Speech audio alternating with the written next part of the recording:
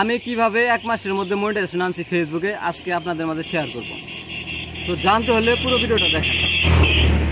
পুরো ভিডিওটা দেখলেই আপনি বুঝতে পারবেন আমি কিভাবে এক মাসের মধ্যে ফেসবুকে মনিটাইজেশন আনছি।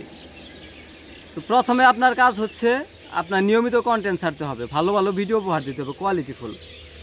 এখন প্রতিদিন 3টা ভিডিও দিবেন, 3টা শর্ট দিবেন, 3টা ছবি দিবেন, 3টা টেক্সট দিবেন। আর প্রতিদিনই অ্যাক্টিভ থাকবেন, অন্যের ভিডিওতে সময় দিবেন। পাশাপাশি আপনি ছোট ছোট পরিবার যেগুলো আছে, যেমন ধরেন 500-1000 ফলোয়ার, এগুলো পেজে যুক্ত হয়ে যাবেন। আর সপ্তাহে 1-2টা লাইভ করবেন। আর নতুন নতুন পেজ যেগুলো আছে এগুলোতে ভালোবাসা দেবেন। আপনি কখনো বড় পেজে যাবেন না, বড় বড় পেজ যেগুলো আছে এগুলোতে যাবেন না, কারণ এগুলোতে গেলে তারা আপনাদের ভালোবাসা দিবে না। একদম নতুন যারা আছে তাদের ভালোবাসা দিবে আপনাদের। আর like to like, follow to follow, এগুলো বইলা যারা ফলোয়ার আনে ভাই, তারা কখনো সফলতা অর্জন করতে পারবে না। এর জন্যই বলি সফলতা শর্টকাট হচ্ছে আপনি নিয়মিত কিছু কাজ করতে হবে। কী কী কাজ করবেন?